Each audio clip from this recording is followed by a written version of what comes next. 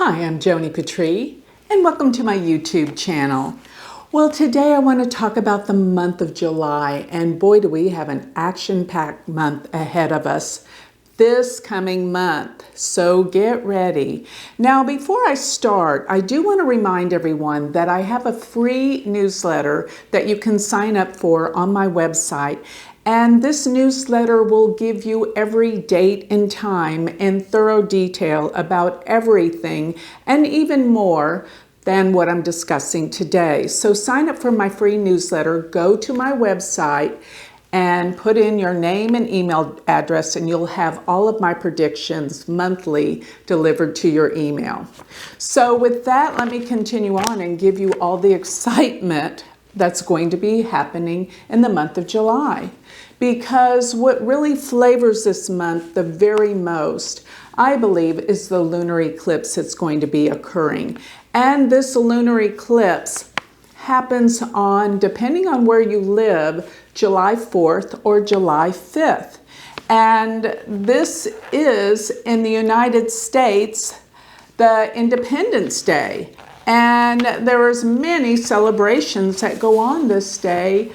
But I think these celebrations can definitely turn violent. So this is what is brewing. This is what's going to be happening. This is intense because let me tell you a little bit about this lunar eclipse. Well, the lunar eclipse is when we have a full moon, so we know what full moons are about. But the full moon, where the moon, and remember I'm talking about the sidereal Vedic chart, not Western tropical. This full moon will be, the sun will be in Gemini and the moon will be in Sagittarius. But the moon is with K2 and Jupiter Pluto.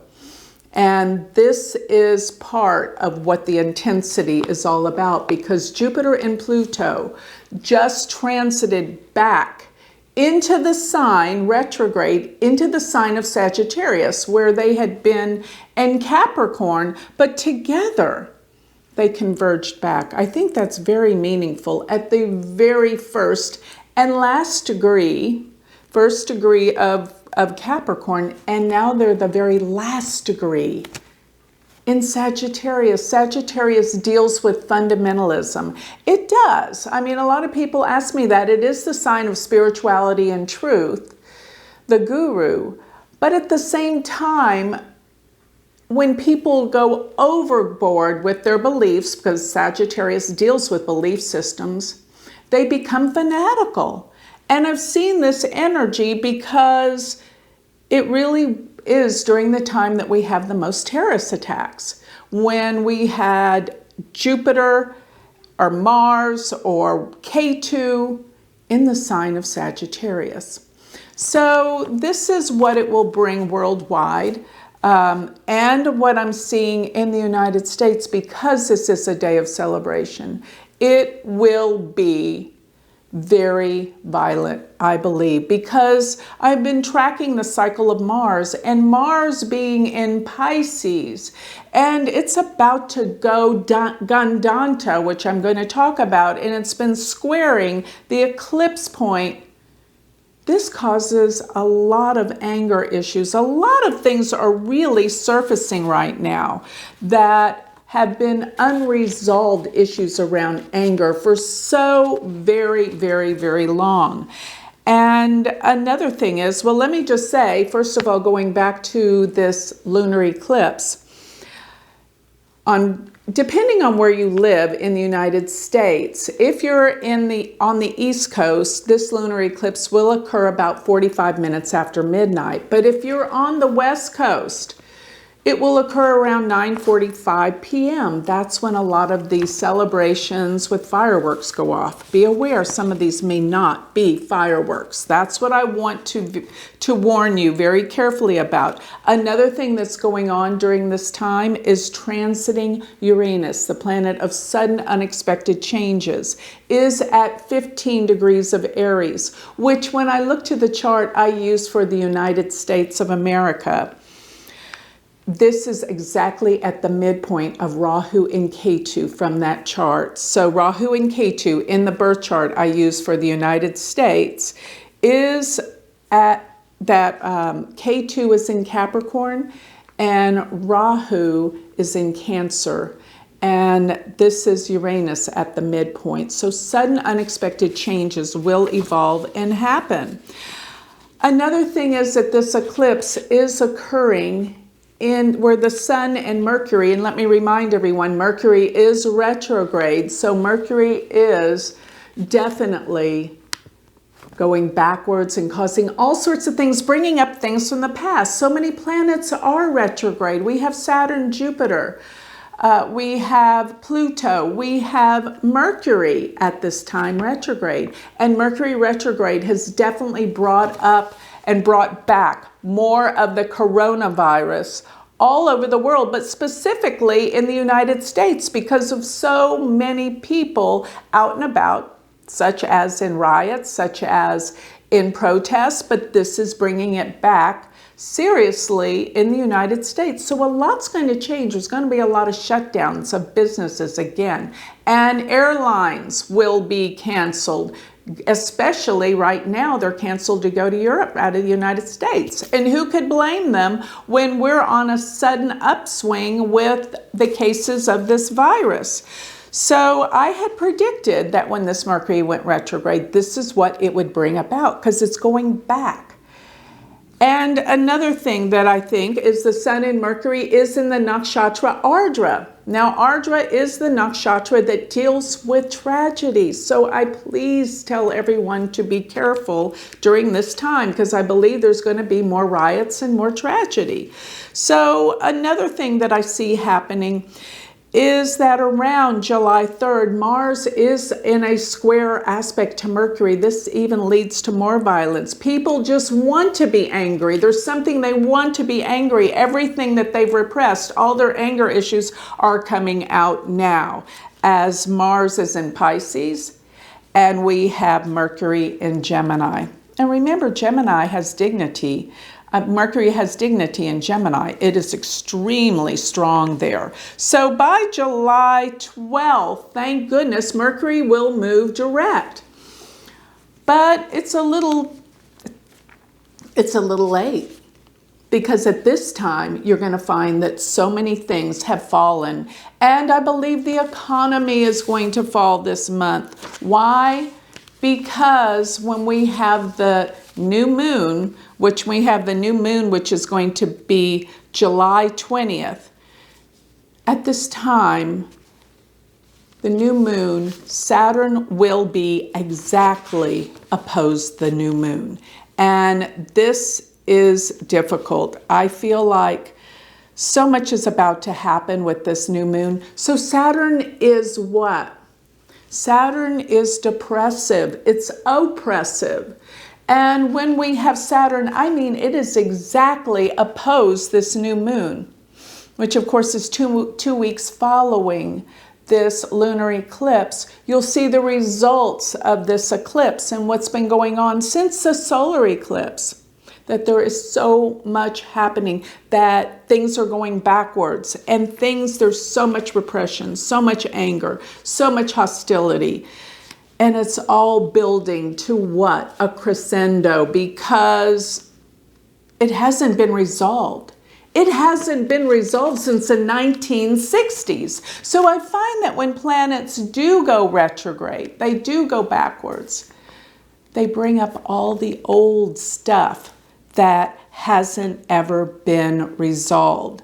So you're going to also find, though, that July 14th through the 15th, there will be a shred of hope coming, because this will be when the Sun and Jupiter, or the Sun, Jupiter, and Pluto, I should say, will oppose the Sun.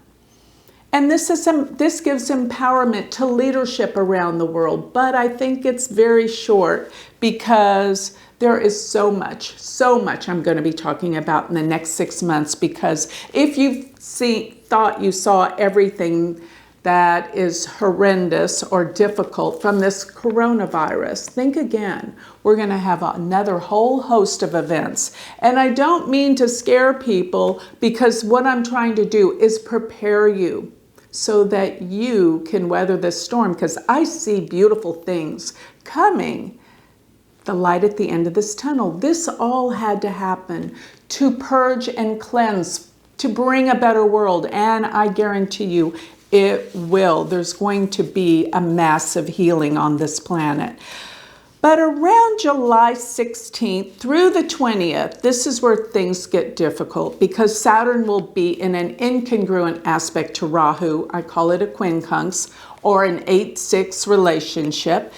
And this does affect the economy deeply. So I'm saying that I was saying, yes, the stock market would go up and down, radical shifts and changes. It's going to probably go down and stay down for a while, coming up here towards the end, mid to the end of July, you'll see, because a lot of things, the government can't keep giving a stimulus package the whole year, and this is the time that probably things are starting to run out and people don't have jobs.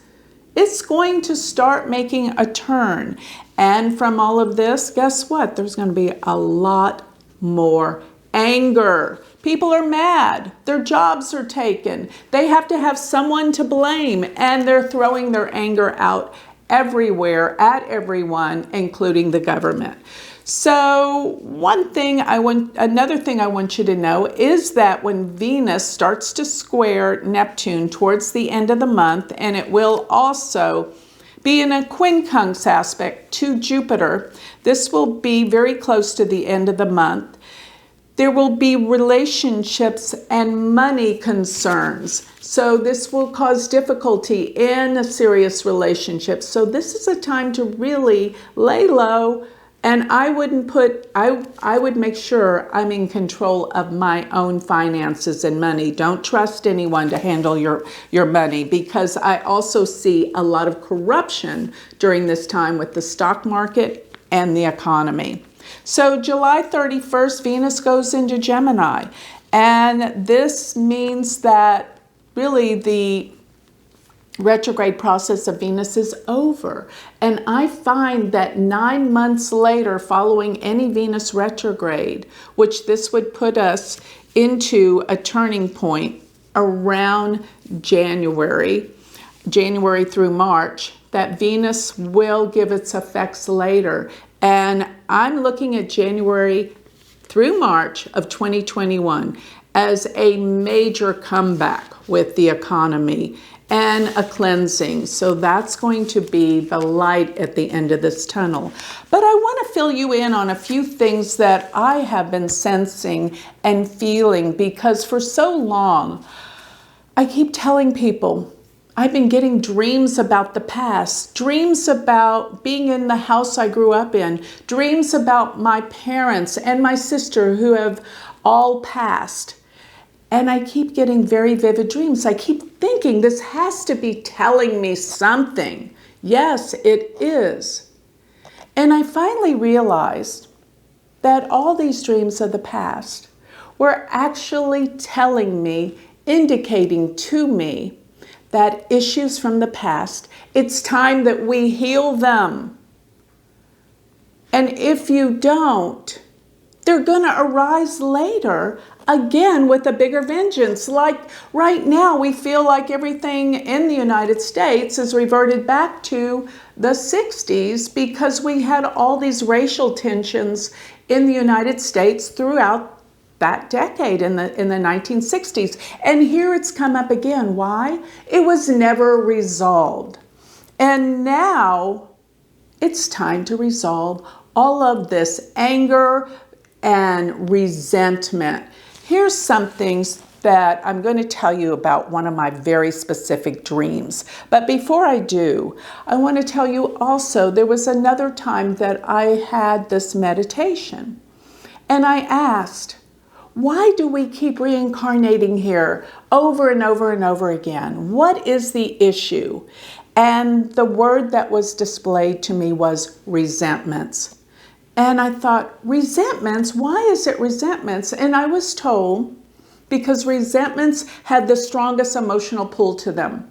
And that's what brings us back into these lives, into these bodies, when we feel that sense of resentment. And what resentments are unresolved anger. And what is that all about? That means that we are so angry and the resentments are based on injustices. So what we want more than anything, such a strong emotional pull, is justice. Why don't these people suffer the way I did? It's not fair that they get away with it. So you have this strong emotion of wanting it to be right, to have those people feel what you did, to have them suffer like you did. It's not fair. They get away with it. So it's this emotion of deep resentment that keeps us reincarnating over and over and over again. And so what came to me also was, when you resolve this issue of resentment, which is deep seething emotion of righteousness, that people be punished for the deeds that they've done that have hurt others. But when you really come to what I feel like the whole process of how we operate when we have severely emotional things in our life, such as when we're told we're dying. This actually comes from Elizabeth Kubler-Ross's 5 stages of death and dying.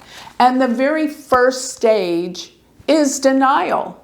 The second stage is anger. Then the third and fourth stage deal with bargaining with God and depression.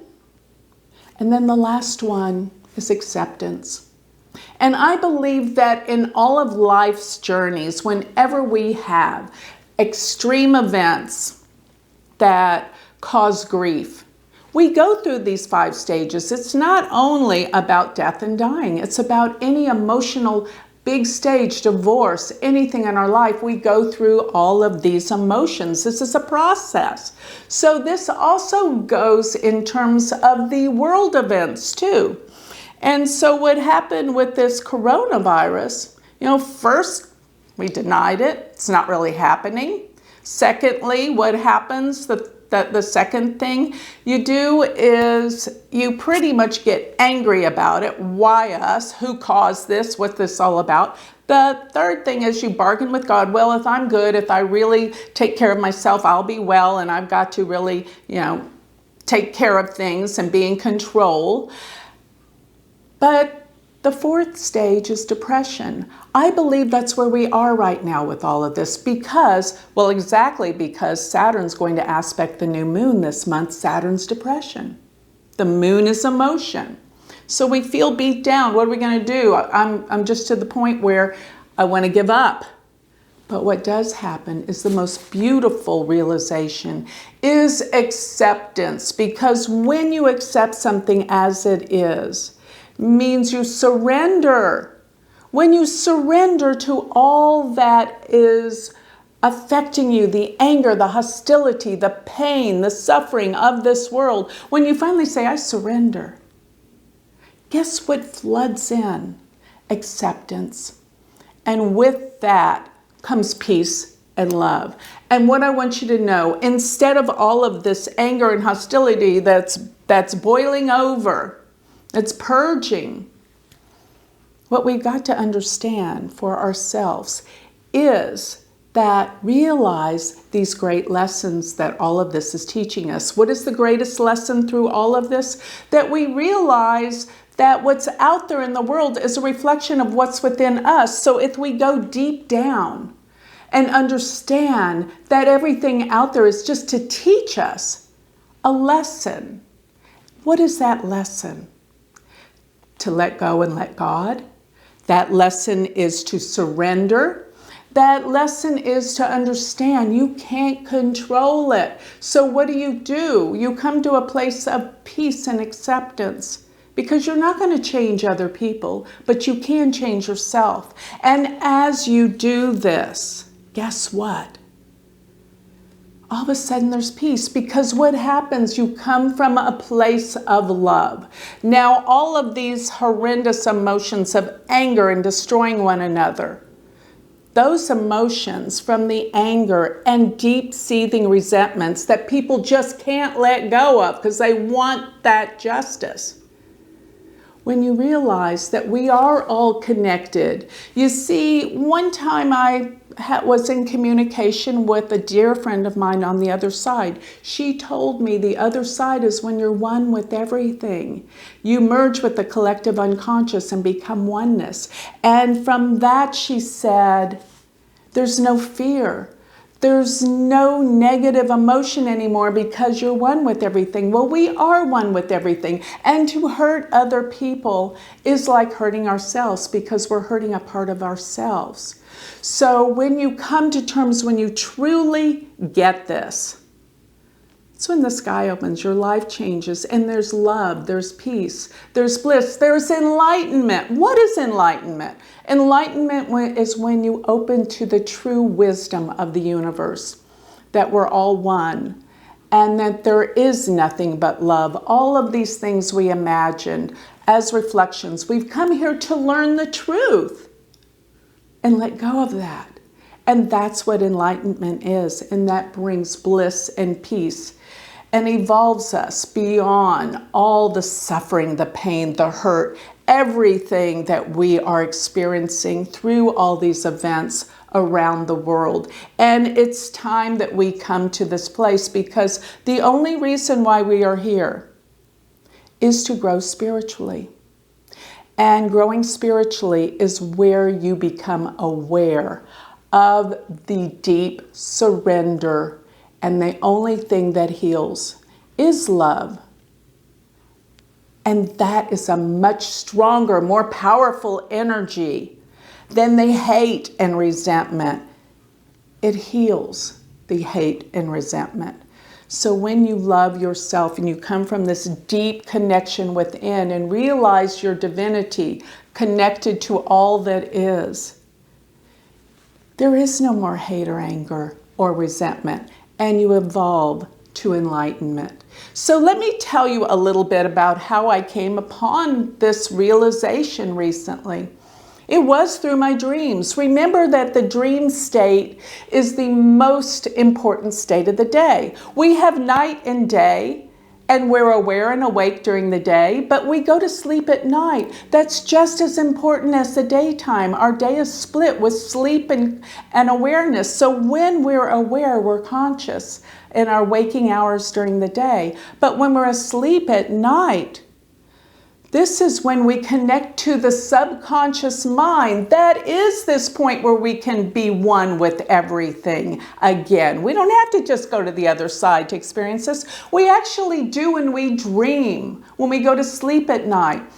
Because, well, even in astrology, the sun is the day, the moon is the night. The sun is that powerful force of energy that illuminates everything. But remember, it is so bright we can't look at it. Therefore, we can't see. But in the darkness of the night, we get answers. We connect to the collective unconscious through our subconscious mind. And we get answers because it's a time when we reflect upon the day and what's been happening. So you have to understand the symbols that the dream is trying to tell us, which is so rich and so deep if you only listen. So I've been having these dreams of the past so often.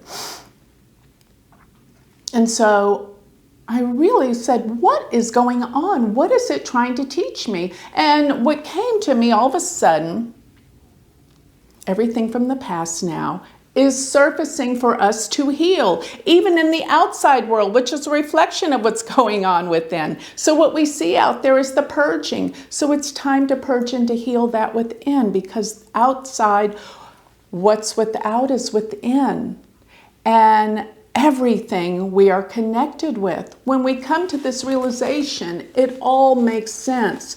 Because in astrology, in Vedic astrology, it says, know thyself. And you know everything in the universe. So that means what's within is without. And when we understand that, we understand all that is, the greater wisdom, to be above all the earthly sense of power. This is true power, to know everything. And I guarantee you, you won't be so involved in all the earthly drama because you know what it's all about and you know what controls it, and you have that power to change. So let me tell you a little bit about my dream, because I had a couple of very, very vivid dreams lately that I think gave me this entire message. Very simply, I was in the house that I grew up in, and I was in the hallway, and I saw this butterfly, and it was a beautiful butterfly. By the way, when I was little, I loved to catch butterflies. I thought they were the most spectacular things on the planet. This is real in my real life, and I knew all the names of all the butterflies and everything. But in this dream, I found this butterfly in my hallway at my old house. And it was beautiful, but it looked kind of half dead. And I thought, I'm going to go release it, but I don't think it's going to be able to fly away. And so I captured it, and it was just these beautiful colors. And I went out on the front porch of my old house here in Dallas, and I let it go. And I could not believe the way it flew off with so much strength and ability and beauty. And then I woke up. That's very symbolic, because if you understand the symbology behind what a butterfly represents, it goes through this metamorphosis where it's a caterpillar and becomes this magnificent creature with color and beauty and can fly. So I believe, looking at this, representing the past and finding that beautiful thing within myself, that when I went to the front porch and let it go, that means by letting go of all these things from the past, this is a true, beautiful transformation. And because I believe everything that's within me is reflected without as well, I believe that release is telling us that there is a true release of all this past. If we allow it, if we want it, especially for ourselves, if we can release this, there will be a huge and beautiful transformation for humanity. And it's coming. And I know, I see astrologically, by January through March of 2021, there's going to be a revival. There's going to be peace. There's going to be something good that will transpire. And this is a transformation. All of this purging is about to end and transform into something beautiful. Now, let me remind you, not everyone is going to get it. Not everyone is going to want to change. They're going to want to stay stuck and attached to their resentments that they hold so dearly onto. But the cycle of life, they'll keep coming back and time again till they finally learn. So heed this message. And realize you have the power to change. You have the power to make such a difference in this world. And use this time as an opportunity to see all in your own personal life that you're holding on to from the past. That is actually holding you back in every aspect of your life that you've been trying to change. So this is so important, and now is the time. So listen to everything that's going on within your dreams. Try to remember what it's trying to tell you, because that is when you're connected to the collective unconscious of all that is. The information is so valuable. So with this, I'd like to close. If you would like more information on me or a consultation, you can always go to my website, which is galacticcenter.org. And if you would like to study with me, learn Vedic astrology, join our community, I have a new start date starting up July 15th for the University of Vedic Astrology. In this university, we have 6 semesters. You will learn how to make predictions for yourself, for the world.